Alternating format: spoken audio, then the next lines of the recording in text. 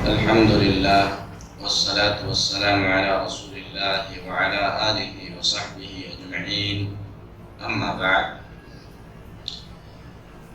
ایک اچھا سلسلہ ہے کہ کسی بھی مسئلے کی کوئی مختصر سی کتاب جو ہے ہم پڑھیں، اس کا بڑا فائدہ یہ ہوتا ہے کہ اس مسئلے کی جو اہم باتیں ہیں وہ کتاب کے اندر آ جاتی ہیں، اور وقت پڑھنے پر جب ہم دوبارہ رجوع کریں گے تو وہ ساری معلومات جو ہے اچھی تازہ ہو جاتی ہیں۔ اور عقیدہ سب سے اہم چیز ہے جسے سیکھنے کی ضرورت ہے، اور الحمدللہ آپ لوگ کچھ دنوں میں تقریباً کتاب کا ایک بہت بڑا حصہ پڑھ چکے ہیں۔ اللہ تعالیٰ ہم تمام کو عمل کی توفیق دے۔ کتاب کے مصنف شیخ محمد بن جمیل زینو آگے فرماتے ہیں، سب سے بڑا شرک۔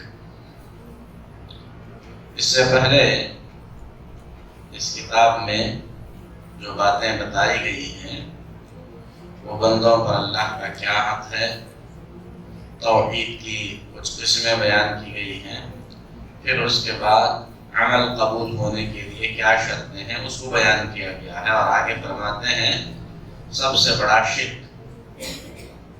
سوال ہے اللہ کے نزدیک سب سے بڑا گناہ کیا ہے؟ یہ جو سوال ہے کہ اللہ کے نزدیک سب سے بڑا گناہ کیا ہے، پیارے نبی جناب محمد رسول اللہ صلی اللہ علیہ وسلم سے انہی الفاظ میں پوچھا گیا، ایُّ الذنب اعظم، اے اللہ کے رسول صلی اللہ علیہ وسلم یہ بتائیے کہ گناہوں میں سب سے بڑا گناہ کون سا ہے؟ اور صحابہ اللہ کے نبی صلی اللہ علیہ وسلم سے اس طریقے کے سوالات کرتے تھے، سب سے بڑی نیکی کون سی ہے، سب سے افضل عمل کون سا ہے، سب سے بڑا گناہ کون سا ہے؟ کیوں پوچھتے تھے؟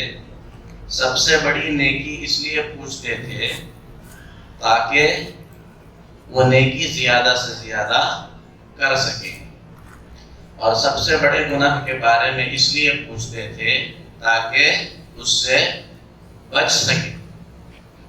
بلکہ پیارے نبی جناب محمد رسول اللہ صلی اللہ علیہ وسلم خود صحابہ سے فرمایا کرتے تھے، الا انبئکم باکبر الکبائر، سنو میں تم کو سب سے بڑے گناہ کے بارے میں بتلاتا ہوں۔ پھر آپ صلی اللہ علیہ وسلم گناہوں میں سے جو سب سے بڑا گناہ ہے، اس سے جو چھوٹا ہے، پھر اس سے جو چھوٹا ہے، تسلسل سے بتاتے تھے تاکہ لوگ اس سے بچ سکیں۔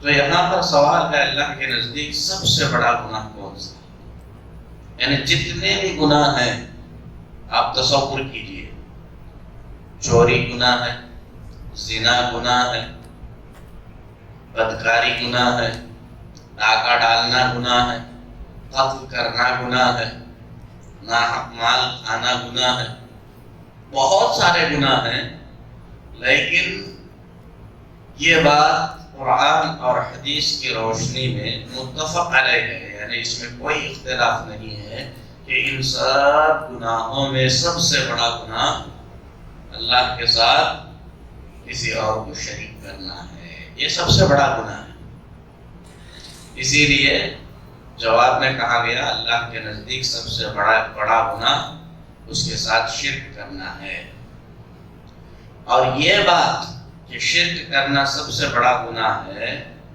صرف محمد صلی اللہ علیہ وسلم کی شریعت میں ہی نہیں ہے، بلکہ جتنی بھی شریعتیں آئی ہیں ان تمام شریعتوں میں سب سے بڑا گناہ اللہ کے ساتھ شریک کرنا ہے۔ اسی لیے اللہ تعالیٰ نے لقمان علیہ السلام کی وصیت اپنے بیٹے کے لیے ذکر فرمائی، یا بنی لا تشرک باللہ ان الشرک لظلم عظیم، اے بیٹے اللہ کے ساتھ کسی کو شریک نہ کر، شرک بڑا گناہ ہے، لظلم عظیم، بہت بڑا گناہ ہے، بلکہ یہ سب سے بڑا گناہ ہے۔ جب نبی پاک صلی اللہ علیہ وسلم سے پوچھا گیا کہ سب سے بڑا گناہ کیا ہے، تو آپ نے فرمایا کہ تم اللہ کے ساتھ کسی کو شریک بناؤ، یہ سب سے بڑا گناہ ہے، جبکہ اللہ تعالیٰ نے ہی تم کو پیدا کیا ہے۔ اسی لیے دعوت کا آغاز کس سے ہوا؟ شرک کی مخالفت، توحید کو ثابت کرنا، اسی سے ہوا۔ ورنہ مکہ میں اور برائیاں تھیں، قتل بھی تھا، زنا بھی تھا، چوری بھی تھی، شراب، سب کچھ تھا۔ شراب بعد میں حرام ہوئی، زنا کے بارے میں آیتیں نازل ہوئی، حالانکہ اللہ کے نبی صلی اللہ علیہ وسلم نے ابتدائی میں لوگوں سے جن جن چیزوں سے منع کیا، اس کے اندر جو ہے چوری نہ کرنا، کیونکہ یہ چیزیں چوری نہ کرنا، زنا نہ کرنا، یہ انسانی فطرت میں ہے۔ غیر مسلم بھی اسے کیا سمجھتا ہے؟ غلط حرکت سمجھتا ہے، جبکہ اللہ کی عظمت، اس کا تصور کرتے ہوئے اس کے ساتھ ہم کسی کو شریک کریں، اگر انسان عقل کے اعتبار سے بھی سوچے تو یہ بہت عجیب بات ہے۔ میں ایک انسان ہوں، پڑھا لکھا ہوں، نماز پڑھتا ہوں، اگر کوئی مجھے اور چمار کو برابر کرے جبکہ وہ بھی انسان ہے، مجھے برا لگے گا۔ اگر کوئی کسی شریف انسان کو اور ایک بھنگی کو برابر قرار دے، اسے بہت برا لگے گا، جبکہ وہ بھی انسان ہے، اسے بھی بھوک لگتی ہے، وہ بھی پیدا ہوا ہے، وہ بھی مرے گا۔ آپ ذرا سوچیں اللہ کا مقام کیا ہے، اور مخلوق چاہے وہ کتنی بھی بڑی ہو، اللہ کے مقام کے سامنے اس کی کیا حیثیت ہے۔ تو جو چیز اللہ کے ساتھ ہونی چاہیے، اگر وہ غیر اللہ کے ساتھ ہو رہی ہے، تو اس سے بڑی بے انصافی کیا ہے، اس سے بڑا ظلم کیا ہے، اس سے زیادہ غلط کیا ہو سکتا ہے۔ اسی لیے شرک جو ہے سب سے بڑا گناہ ہے۔ سب سے بڑا شرک کیا ہے؟ اب یہ جو ہے دوسرا سوال ہے۔ تو ہم کو سمجھ میں آ گیا کہ شرک سب سے بڑا گناہ ہے۔ اب شرک سمجھنا ہے، پھر شرک کی قسمیں سمجھنا ہے، تاکہ ان سب طریقے کے شرکوں سے ہم اپنے آپ کو بچا سکیں۔ تو سب سے بڑا شرک کیا ہے؟ غیر اللہ کے لیے عبادت کرنا۔ آپ مسلمانوں میں سے کسی بھی مسلمان سے پوچھیں گے شرک کیسی چیز ہے، کوئی بھی شرک کو اچھا نہیں کہے گا۔ آپ شیعہ سے پوچھو، سنی سے پوچھو، اہل حدیث سے پوچھو، تبلیغی جماعت والوں سے پوچھو، کسی بھی جماعت کے، کسی بھی مکتبہ فکر کے اپنے آپ کو مسلمان کہنے والے سے آپ پوچھیں گے بھائی شرک اچھی چیز ہے کہ بری چیز ہے، تو کہے گا شرک بری چیز ہے۔ ہر مسلمان کہے گا شرک سب سے بڑا گناہ ہے۔ پھر غلطی کہاں ہوتی ہے؟ شرک کو سمجھنے میں، شرک کو سمجھنے میں غلطی ہو رہی ہے۔ شرک کی حقیقت کو سمجھنے کی ضرورت ہے کہ بھئی شریعت میں شرک کہا کس کو گیا ہے، شرک کا معنی کیا ہے، جس سے قرآن حدیث میں اتنا ڈرایا گیا، اتنا بڑا گناہ اس کو کہا گیا ہے، وہ چیز ہے کیا؟ تو یہاں پر کہہ رہے ہیں سب سے بڑا شرک کیا ہے؟ غیر اللہ کے لیے عبادت کرنا۔ غیر اللہ کا مطلب کیا ہے؟ اللہ کے سوا۔ پورے وجود میں یا تو اللہ ہے یا تو مخلوق ہے۔ خالق ہے، اور خالق کے علاوہ جو بھی ہے وہ مخلوق ہے، اور مخلوق جو بھی ہے وہ کیا ہے؟ وہ غیر اللہ ہے، یعنی اللہ نہیں ہے۔ غیر اللہ کا مطلب اللہ کے سوا۔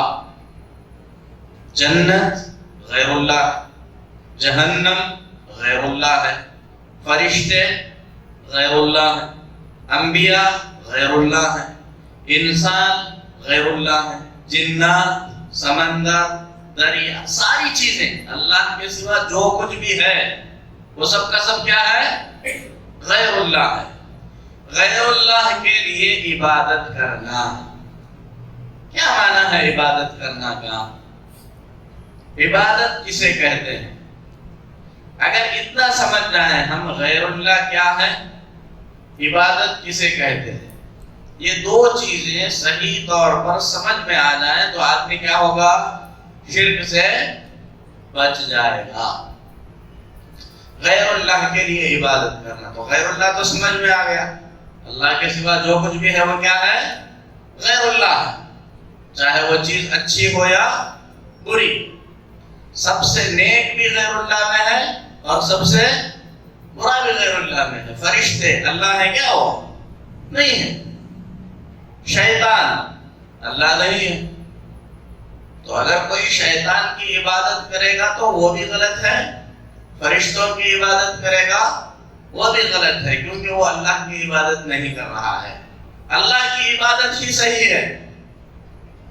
شیطان کی عبادت کرنا شرک ہے، شرک ہونے کے ساتھ ساتھ حماقت ہے کہ شیطان کی کیوں عبادت کرے گا۔ فرشتوں کی عبادت کرنا شرک ہے، لیکن غلطی سے کر رہا ہوگا، فرشتوں کو اچھا سمجھ کے۔ نبی کی عبادت کرنا شرک ہے، اچھے ارادے سے کر رہا ہوگا، لیکن بت کی عبادت کرنا وہ بھی شرک ہے، لیکن شرک ہونے کے اعتبار سے دونوں کیا ہے؟ گناہ۔ اب عبادت کیا ہے؟ عبادت کے بارے میں جو اہل علم نے تعریف کی ہے، اس کا کوئی خاص چیز کو عبادت نہیں کہتے ہیں۔ جیسے ابھی ہم لوگ نماز پڑھے، یہ کیا ہے؟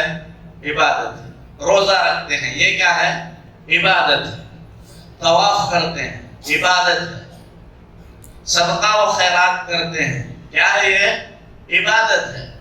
تو عبادت کہتے کسے ہیں؟ یہ ان تمام چیزوں کو شامل کرتا ہے جسے آدمی اللہ کی محبت میں، اللہ کی محبت میں اپنے آپ کو جھکا کر اسے راضی کرنے کے لیے انجام دیتا ہے۔ اس کی شکلیں الگ الگ ہیں۔ اب ہم لوگ اللہ کے نبی جناب محمد الرسول اللہ صلی اللہ علیہ وسلم پر ایمان لائے۔ کیوں لائے؟ کیونکہ آپ اللہ کے نبی اور رسول ہیں۔ اگر ہم اللہ کے نبی پر ایمان لائیں گے تو اس سے اللہ خوش ہوگا۔ اللہ نے اسی لیے رسول بنا کر بھیجا ہے۔ عبد المطلب کے کتنے بچے؟ 10 بچے ہیں۔ عبد المطلب کے 10 بچوں میں عبداللہ اور عبداللہ کے بیٹے محمد صلی اللہ علیہ وسلم۔ محمد صلی اللہ علیہ وسلم کے سوا عبد المطلب کے جو دوسرے بچے ہیں ابو طالب کے بیٹے کون ہیں؟ حضرت علی ہیں، اور دوسرے بہت سارے ہیں عبد المطلب کے پوتے۔ اکیلے اللہ کے نبی عبد المطلب کے پوتے ہیں کیا؟ ہم عبد المطلب کے پوتوں میں محمد صلی اللہ علیہ وسلم پر ہی ایمان کیوں لائے؟ ان کے دوسرے پوتوں پر ایمان کیوں نہیں لائے؟ کیونکہ اللہ تعالیٰ نے عبد المطلب کے پوتوں میں سے محمد صلی اللہ علیہ وسلم کو چن کر بھیجا اور حکم دیا کہ آپ کو اللہ کا رسول مانا جائے۔ اگر ہم آپ کو اللہ کا رسول مانتے ہیں تو اس سے ہم اللہ کو راضی کرتے ہیں۔ تو آپ کی رسالت پر ایمان لانا حقیقت میں کسے راضی کرنے کے لیے ہے؟ اللہ کو راضی کرنے کے لیے۔ تو آپ پر ایمان لانا بھی عبادت ہے۔ کس کی عبادت ہے؟ اللہ کی عبادت ہے۔ تو عبادت صرف رکوع سجدہ اس کا نام نہیں ہے. اللہ کو راضی کرنے کے لیے اپنے آپ کو اس کے حکم کا پابند مان کر اس کی ہر بات کو ہم تسلیم کریں، یہ عبادت ہے. محمد صلی اللہ علیہ وسلم پر ہم ایمان لائے. محمد صلی اللہ علیہ وسلم جو کچھ بھی کرنے کو کہہ رہے ہیں ہم وہ کر رہے ہیں. اللہ کے پیغمبروں میں سے عیسیٰ علیہ السلام بھی ہیں، موسیٰ علیہ السلام بھی ہیں. ان کی باتوں پر اب ہم عمل کر رہے ہیں کیا؟ کیوں نہیں کر رہے ہیں؟ کیونکہ جسے ہم رب مانتے ہیں اس کا حکم یہ ہے کہ محمد صلی اللہ علیہ وسلم کے آنے کے بعد عیسیٰ اور موسیٰ جو کہتے تھے وہ آپ کو نہیں کرنا ہے، آپ کو وہی کرنا ہے جو محمد صلی اللہ علیہ وسلم کہتے تھے. تو عبادت کیا ہے؟ اپنے آپ کو کسی کا غلام سمجھ کر، کسی کا بندہ سمجھ کر، اس کے حکم کا پابند ہو کر اسے راضی کرنے کے لیے اس سے محبت کرتے ہوئے اور اس سے ڈرتے ہوئے اس کی ساری باتوں کو مان لینا، اس کی تعظیم بجا لانا، اسے عظمت والا سمجھنا. اس میں بہت ساری شکلیں ہیں عبادت کی. اس تعظیم کو بجا لانے میں کچھ تعظیمات ایسی ہیں جو انسان اپنے اعضاء سے کرتا ہے. ہم کیا ہیں؟ ہمارے اعضاء ہیں، ہمارا دل ہے، ہماری زبان ہے.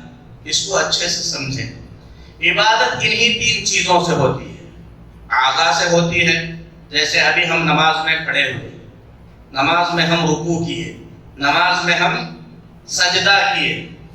یہ ہمارے جو باڈی پارٹس ہیں ان کو کیا کیے ہیں؟ ہم ایک خاص مومنٹ میں، خاص طریقے میں لے کے آئے اللہ کے سامنے اپنے آپ کو جھکاتے ہوئے. یہ دکھنے والی عبادت ہے.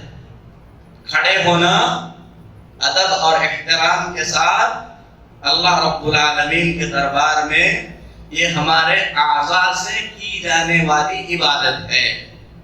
رکوع کرنا یہ ہمارے اعضاء سے کی جانے والی عبادت ہے. سجدہ کرنا، طواف کرنا، یہ سب اعضاء سے کی جانے والی عبادت ہے. کچھ عبادتیں ہیں جو زبان سے ادا کی جاتی ہیں، جیسے قرآن پڑھتے ہیں، اللہ کی بڑائی بیان کرتے ہیں، سبحان اللہ کہتے ہیں، الحمدللہ کہتے ہیں، اللہ اکبر کہتے ہیں. زبان سے کی جانے والی عبادت. اور اصل جو عبادت ہے وہ عبادت دل سے کی جانے والی ہے. اصل جو عبادت ہے وہ کیا ہے؟ دل سے کی جانے والی عبادت. اسی لیے اللہ تبارک و تعالی سے جو دل کی عبادتیں ہیں وہ عبادتیں صرف اللہ ہی کو بجا لانا ہے. کیا عبادتیں ہیں دل کی؟ محبت، خوف، امید، یہ سب دل سے ہونے والی عبادتیں ہیں.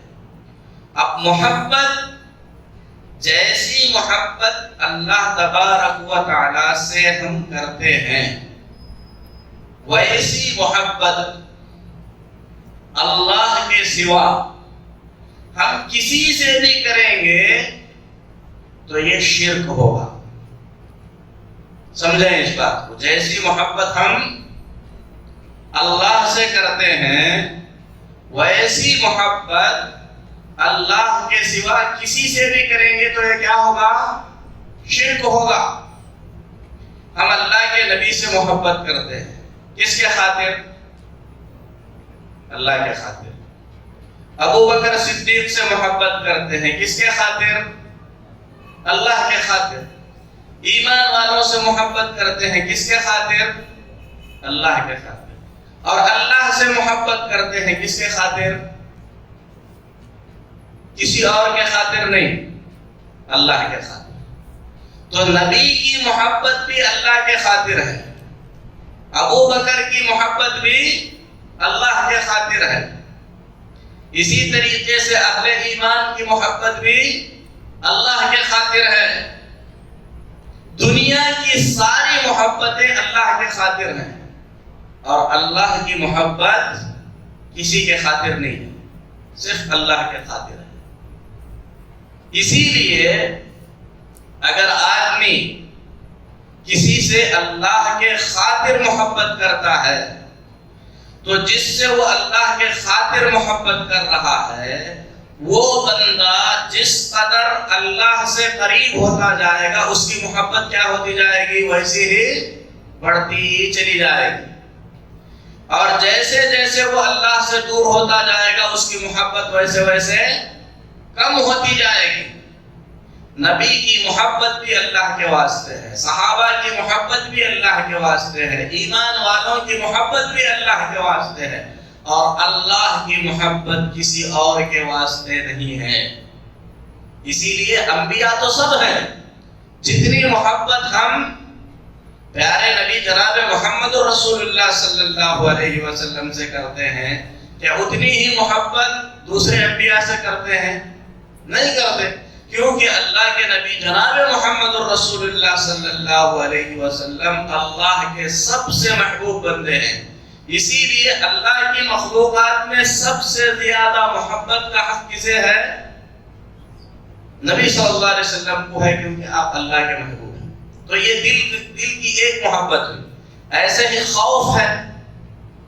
اب ہم کوئی گناہ کرتے ہیں، گناہ کرنے کے بعد اگر ہمارے دل میں ایمان ہے تو ایک خوف جاگتا ہے.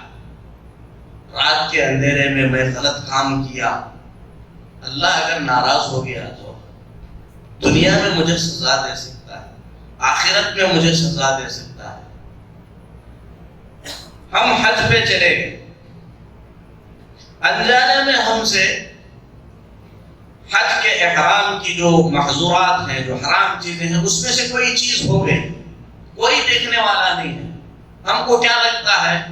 ڈر لگا رہتا ہے، میرا حج اللہ کو پسند آیا نہیں آیا، مجھے قربانی کرنا چاہیے، اگر میں دم نہیں دوں گا تو اللہ پکڑے گا. یہ خوف دل میں آتا ہے. رمضان المبارک میں انسان غلطی سے اپنی بیوی سے جمع کر بیٹھا، اس کے دل کے اندر ڈر پیدا ہوتا ہے کہ یہ جو میں گناہ کیا ہوں اللہ اس پہ پکڑے گا، اس پہ پوچھے گا. یہ ڈر کی جو کیفیت ہے، اللہ کے سوا اگر کسی اور کے بارے میں ہمارے دل میں پیدا ہو رہی ہے تو ہم شرک میں مبتلا ہیں. جیسے گاڑی لے کے جا رہے ہیں، کوئی جھاڑ ہے، وہاں پر جو ہے لوگ رکھے ہیں، بورڈ لگا ہوا ہے، اگر چندہ دیے بغیر آگے چلے گئے تو آپ کا برا ہوگا. نکل گیا آدمی، اب دل میں جو ہے وسوسہ آنے لگا، آگے چلا گیا، کیا ہوگا، ایکسیڈنٹ ہو جائے گا یا کچھ ہو جائے گا. یہ جو ڈر پیدا ہو رہا ہے، آپ کچھ کیے نہیں، سجدہ بھی نہیں کیے، رکوع بھی نہیں کیے، اس کے باوجود بھی آپ کے دل میں اس طریقے کا وسوسہ پیدا کرنا آپ کو کیا بنا دے گا؟ مشرک بنا دے گا. یہ شرک ہے، دکھتا نہیں ہے، یہ دل سے ہونے والی عبادت ہے. ایسے ہی امید ہے، آدمی شادی کیا، کئی دن تک اولاد نہیں ہوئی، اچانک اولاد کا خیال آیا، سوچا کہ چلو اللہ کے گھر پہنچ کے اللہ سے گڑ گڑا کے مانگتا ہوں. مانگنے کے بعد ایک امید بنی، اللہ سے مانگا ہوں اللہ ضرور دے گا. دل میں خیال آیا. بالکل اسی طریقے کا خیال کسی بابا کے پاس جا کے، کسی مندر میں جا کے، کسی درخت کے پاس جا کے، کسی پیر فقیر کے پاس جا کے اگر دل میں خیال پیدا ہوتا ہے، وہاں آپ کچھ کیے نہیں کیے، اس سے نہیں. بکرا ذبح کرنا ضروری نہیں، وہاں جا کے مرغا ذبح کرنا ضروری نہیں ہے مشرک ہونے کے لیے. صرف وہاں جا کر آنے کے بعد اگر دل میں یہ خیال پیدا ہوتا ہے تو یہ خیال آپ کو کیا بنا دے گا؟ مشرک بنا دے گا. تو عبادت کیا ہے؟ دل سے کیے جانے والے، زبان سے کیے جانے والے، اپنے اعضاء سے کیے جانے والے وہ سارے کام جو معبود کی تعظیم کے لیے، اس کی محبت میں اور اس سے ڈر کر ہم کرتے ہیں، یہ کیا ہے؟ یہ عبادت ہے. اگر یہ عبادت اللہ کے سوا کسی اور کے لیے کر رہے ہیں، وہ کوئی اور چاہے کوئی بھی ہو، تو اس وقت ہم کیا ہو جائیں گے؟ مشرک ہو جائیں گے۔ شرک صرف جا کر سجدہ کرنا ہی نہیں ہے، رکوع کرنا ہی نہیں ہے۔ سجدہ رکوع شرک ہے، بالکل اسی طریقے سے اللہ کی جیسی تعریف ہم کرتے ہیں اللہ کے صفات کو بیان کر کے، ویسی ہی تعریف غیر اللہ کی کرتے ہیں، مشرک ہو جائیں گے۔ جیسی کبریائی بڑائی اللہ کی بیان کرتے ہیں، ویسے اللہ کے سوا کسی اور کی بیان کریں گے تو کیا ہو جائیں گے؟ مشرک ہو جائیں گے۔ دل کی وہ ساری عبادتیں جو اللہ کے لیے ہم انجام دیتے ہیں، اگر اللہ کے سوا کسی اور کے لیے انجام دیں گے تو کیا ہو جائیں گے؟ مشرک ہو جائیں گے۔ تو عبادت کو سمجھیں، عبادت بہت لمبی فہرست ہے عبادت کی۔ روزہ عبادت ہے، کیا کرتے ہیں روزے میں؟ ہم رکوع کر رہے ہیں، سجدہ کر رہے ہیں، کیا کر رہے ہیں روزے میں؟ روزہ عبادت ہے کہ نہیں ہے؟ روزہ عبادت ہے۔ کیسی عبادت ہے؟ اللہ کو راضی کرنے کے لیے کچھ چیزوں کو چھوڑ دینے کا نام روزہ ہے۔ کھانا چھوڑ دیے، پانی چھوڑ دیے، بیوی سے صحبت کرنا چھوڑ دیے۔ کیوں چھوڑے؟ اللہ کی رضا کے لیے۔ ویسے ہی اگر کوئی آدمی کسی بابا کے بارے میں سن لیا کہ وہ بیل کا گوشت نہیں کھاتے تھے، ان کو راضی کرنے کے لیے میں بھی آج سے بیل کا گوشت نہیں کھاؤں گا، مشرک ہو جائے گا۔ چھوڑا، کس لیے چھوڑا؟ اس تعظیم میں، ان کو راضی کرنے کے لیے کچھ چھوڑنا۔ تو شرک کا دائرہ اس طریقے سے پھیلتا ہے۔ عبادت اس طریقے سے عام ہوتی ہے۔ جب عبادت کو ہم سمجھیں اور غیر اللہ کو سمجھیں گے تو اس وقت سمجھ میں آ جائے گا کہ یہ سب سے بڑا شرک ہے۔ سب سے بڑا شرک کا مطلب آگے آئے گا کہ شرک چھوٹا بھی ہے، لیکن چھوٹا شرک بھی بہت بڑا ہے۔ چھوٹا شرک بھی کیا ہے؟ بہت بڑا ہے۔ لیکن بڑا شرک کیا ہے؟ عبادت اللہ کے سوا کسی اور کے لیے کرنا، جیسے غیر اللہ کو پکارنا۔ کیسے غیر اللہ کو پکارنا؟ ایاک نعبد و ایاک نستعین، اے اللہ ہم تیری ہی مدد کرتے ہیں اور تیری ہی عبادت کرتے ہیں اور تجھ سے ہی مدد مانگتے ہیں۔ مدد کے لائق ہم کسے سمجھتے ہیں؟ اللہ کو۔ جیسے اللہ کو مددگار سمجھتے ہیں ویسے غیر اللہ کو مددگار سمجھ کر پکارنا شرک ہے۔ ہمارا عقیدہ ہے اللہ عرش پر مستوی ہے، ہمارے اور اللہ کے بیچ 7 آسمان کا فاصلہ ہے، لیکن اللہ تعالیٰ سنتا ہے۔ کام کتنا بھی بڑا ہو، مدد کے لیے اللہ تیار ہے، مدد کرتا ہے۔ اسی عقیدے کے ساتھ اگر ہم غیر اللہ کو پکارتے ہیں تو یہ شرک ہے۔ لیکن جن چیزوں کے اندر مدد ممکن ہے اسے کیا کہتے ہیں؟ دنیا کے ذرائع کہتے ہیں۔ کچھ لوگ شرک سے لوگوں کو گمراہ کرنے کے لیے اس طریقے کی دلیلیں دیتے ہیں۔ مدد کسی سے نہیں مانگنا، ڈاکٹر سے مت مانگو، پولیس سے مت مانگو، آگ لگی تو آگ بجھانے والوں سے مت مانگو۔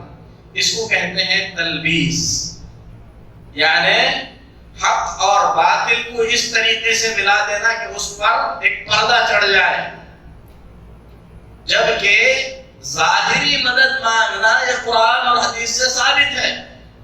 ظاہری طور پر خوف کھانا یہ قرآن سے ثابت ہے۔ اب ہم نے کہا کہ ڈرنا اللہ کی عبادت ہے۔ سانپ آ گیا، ہم نہیں ڈرتے کیا؟ تو سانپ سے ڈرنا شرک ہے کیا؟ اس کو کہتے ہیں فطری خوف۔ اس خوف میں اور اس خوف میں فرق ہے۔